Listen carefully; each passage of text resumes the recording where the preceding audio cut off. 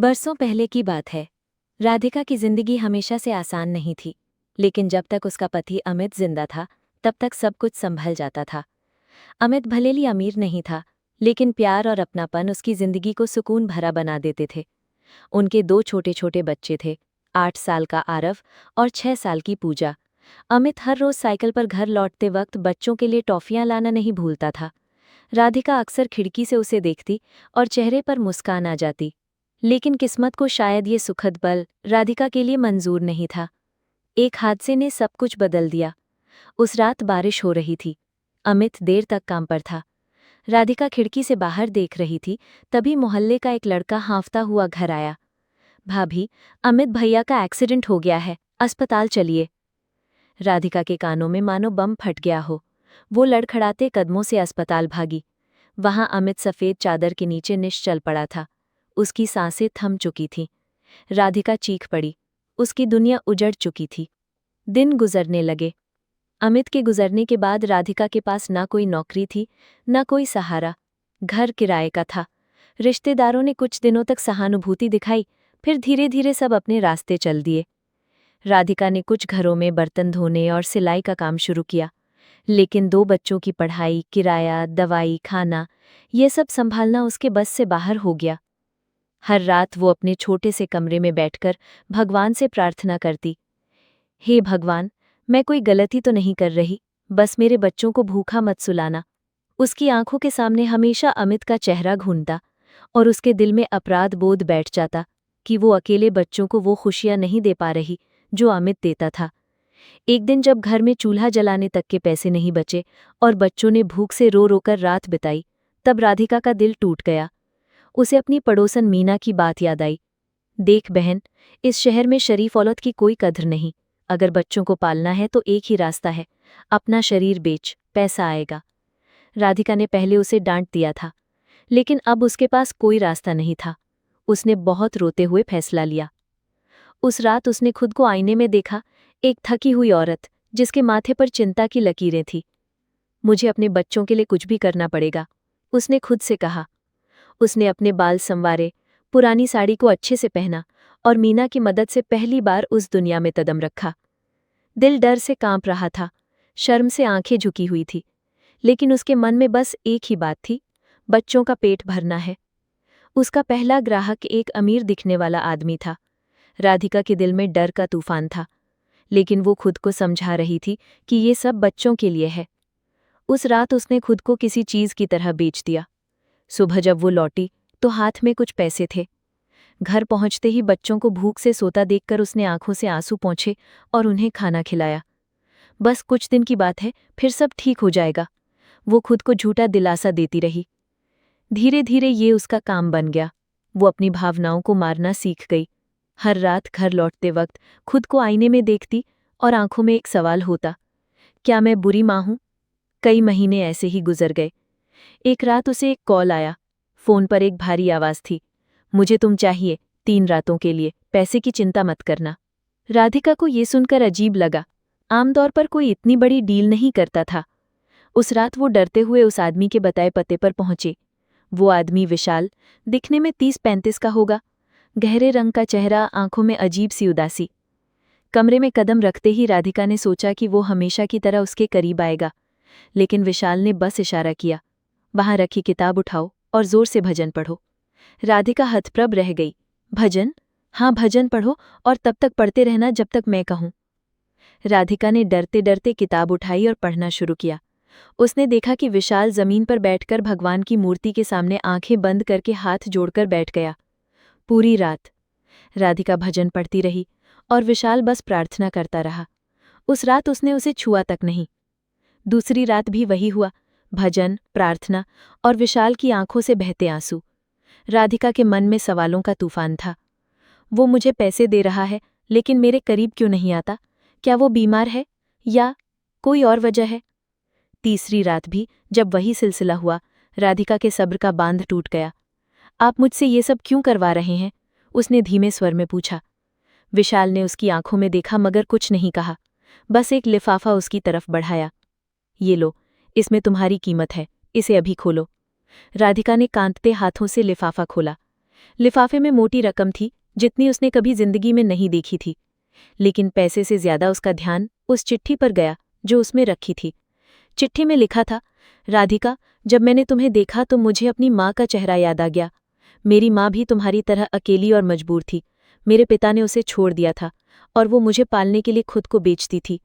मैं तब छोटा था, पर उसकी आंखों का दर्द आज भी याद है। मैंने कसम खाई कि जब भी किसी औरत को उस हाल में देखूंगा, उसकी मदद करूंगा। ये पैसा तुम्हारे बच्चों के लिए है।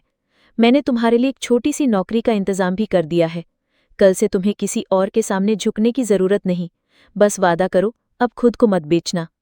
राधिका की आंखों से आंसू बरस पड़े। उसके कांपते हाथों से लिफाफा जमीन पर गिर गया। वो विशाल के पैरों में गिरकर रोने लगी। भगवान आपको खुश रखे, आपने मुझे फिर से इंसान बना दिया। विशाल ने उसका हाथ थामा और कहा, तुम्हें अब डरने की जरूरत नहीं है। अपने बच्चों को अच्छे से पालो, यही तुम्हारा असली धर्म है।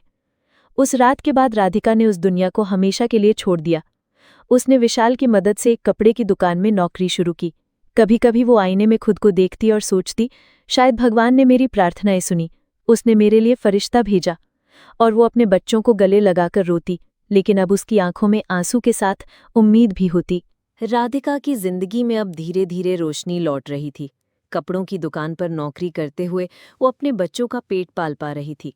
आरव और पूजा भी अब स्कूल जाने लगे थे। वो अक्सर रात को सोने से पहले भगवान को धन्यवाद देती, आपने मेरे लिए फरिश्ता भेजा। वो फरिश्ता था विशाल। लेकिन राधिका के दिल में एक सवाल हमेशा उठता, वो आदमी कौन था जिसने बिना किसी स्वार्थ के मेरी जिंदगी बदल दी? क्यों उसने मेरे साथ ऐसा व्यवहार किया जैसे मैं कोई बहन हूँ, बेटी हूँ? राधिका का मन करता कि वो विशाल को ढूंढे और उसका धन्यवाद करे, लेकिन विशाल ने जाते जाते सिर्फ इतना कहा था, अब तुम्हें मुझे ढूंढने की जरूरत नहीं, जिंदगी नए सिरे से शुरू करो। फिर भी इंसानी दिल का कोना सवालों से खाली नहीं रहता। राधिका को उसका चेहरा, उसकी आंखों की गहराई, उसका दर्द सब याद रहता। एक दिन दुकान पर भीड़ कम थी। राधिका कपड़े फोल्ड कर रही थी कि एक आदमी दुकान में आया। वो एक लंबा सा कोट पहने था और चेहरे पर गहरी दाढ़ी थी। भाभी, ये शर्ट कितने की है? राधिका ने नजर उठाई और उसका दिल जोर से धड़कने लगा। वो विशाल था। आप? राधिका की आवाज कांप गई। विशाल मुस्कुराया, तुम्हें पहचान गई? अच्छा है। आप यहाँ? बस ऐसे ही गुजरते हुए सोचा देख लूं कि मेरी मेहनत बेकार तो नहीं गई। राधिका की आंखें भर आईं। आपके दिए पैसे से ही तो मैं आज खड़ी हूं। आपने मेरी जिंदगी बचाई है। लेकिन आपने ऐसा क्यों किया? आप तो मुझे जानते भी नहीं थे। विशाल का चेहरा गंभीर हो गया। उसने गहरी सांस ली। कहानी लंबी है, अगर सुनना चाहो तो किसी दिन आ जाना। राधिका चुप रही, लेकिन उसके मन में उत्सुकता थी। 2 दिन बाद राधिका अपने बच्चों को पड़ोसन के पास छोड़कर विशाल के घर पहुंची। वो घर किसी हवेली जैसा था, बड़ा मगर वीरान। दीवारों पर पुराने चित्र लगे थे। वातावरण में एक अजीब सी उदासी थी। विशाल ने राधिका को अंदर बुलाया। बैठो, शायद आज तुम्हें वो सब बताने का समय आ गया है जो मैंने सालों से किसी को नहीं बताया। राधिका चुपचाप कुर्सी पर बैठ गए। विशाल खिड़की के पास खड़ा होकर बाहर देख रहा था। मैं एक बहुत अमीर खानदान का बेटा हूँ। बचपन में सब कुछ था, बड़ा घर, नौकर चाकर, गाड़ियाँ, लेकिन प्यार वो कभी नहीं मिला। मेरे पिता बिजनेसमैन थे, माँ एक साधारण औरत। शादी सिर्फ पैसे के लिए हुई थी। पिता अक्सर घर से बाहर रहते, माँ अकेली रहती।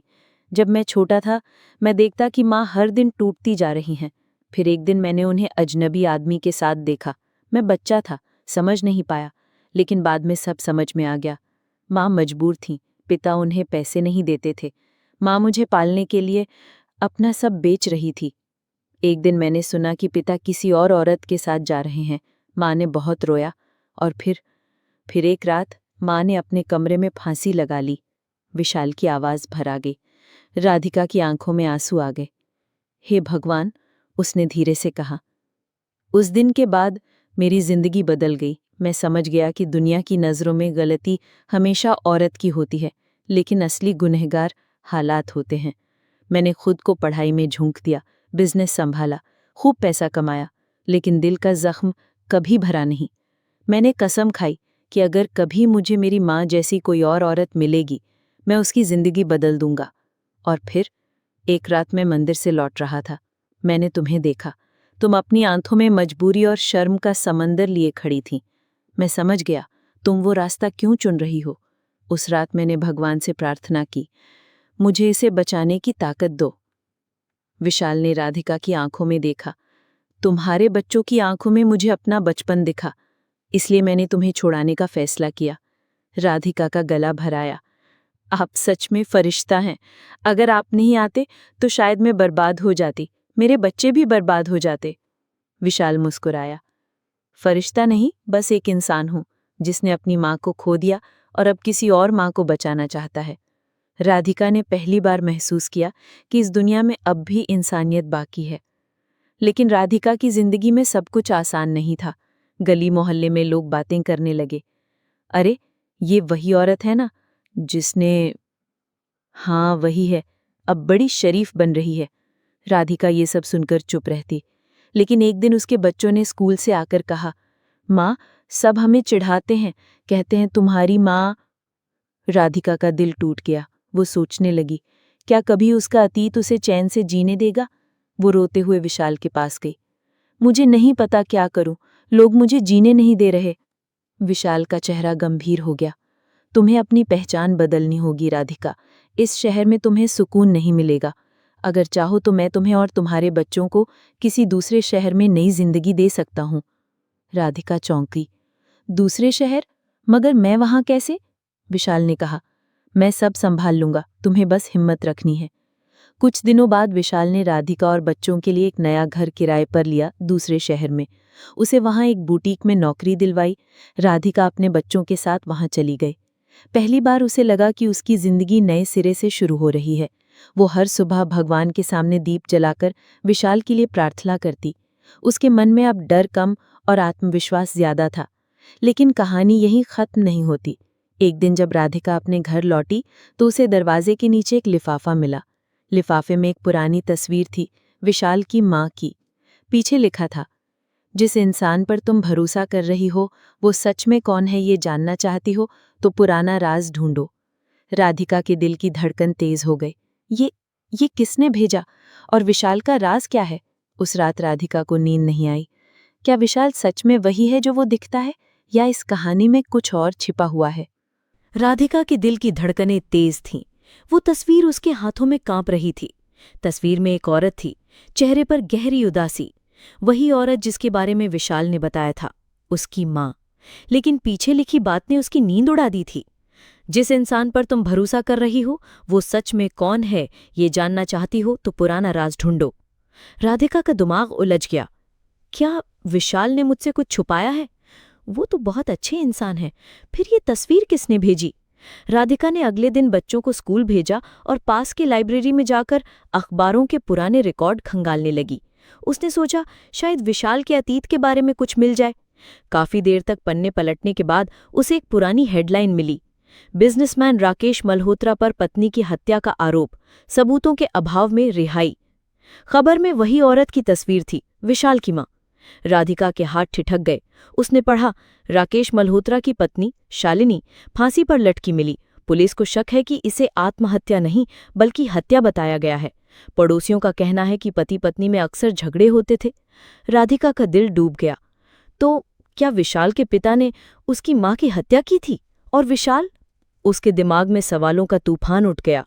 राधिका को लगा कोई उसका पीछा कर रहा है। वो जहां जाती उसे लगता कोई आदमी दूर से उसे देख रहा है।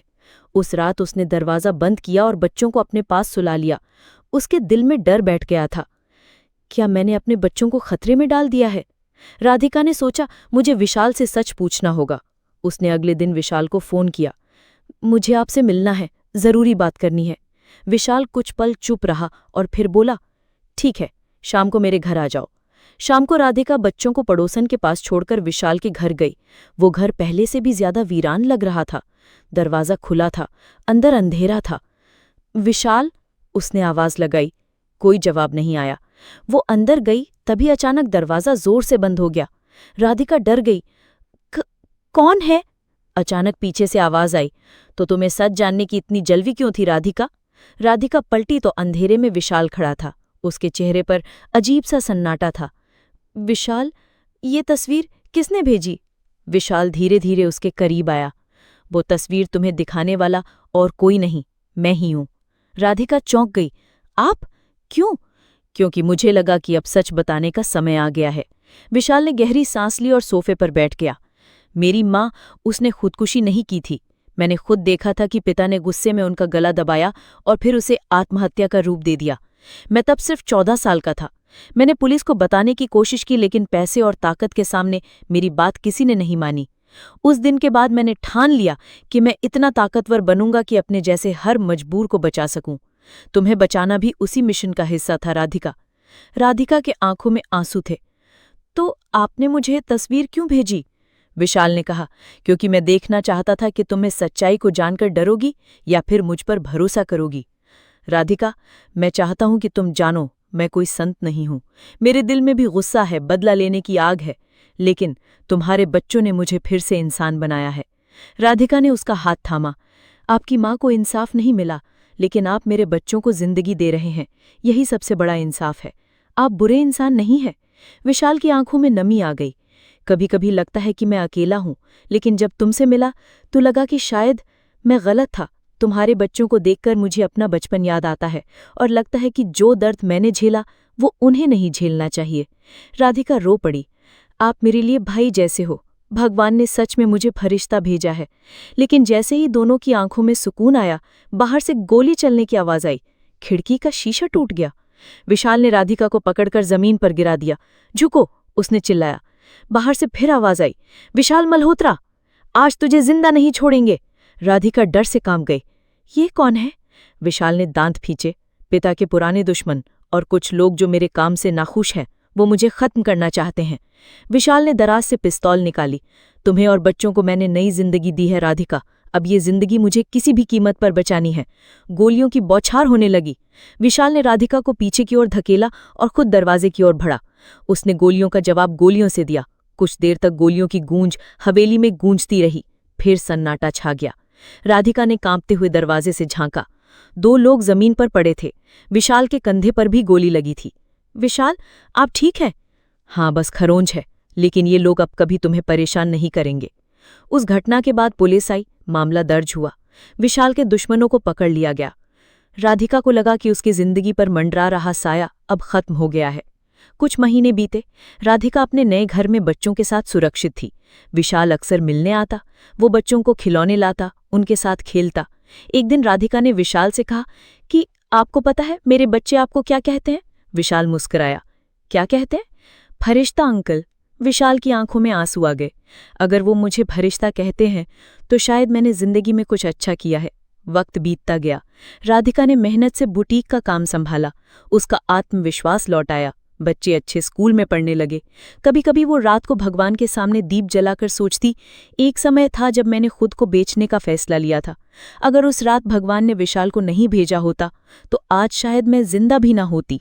उसने आसमान की ओर देखा और मन ही मन कहा, धन्यवाद भगवान, आपने मुझे अंधेरे से रोशनी की ओर लाने के लिए किसी इंसान को चुना।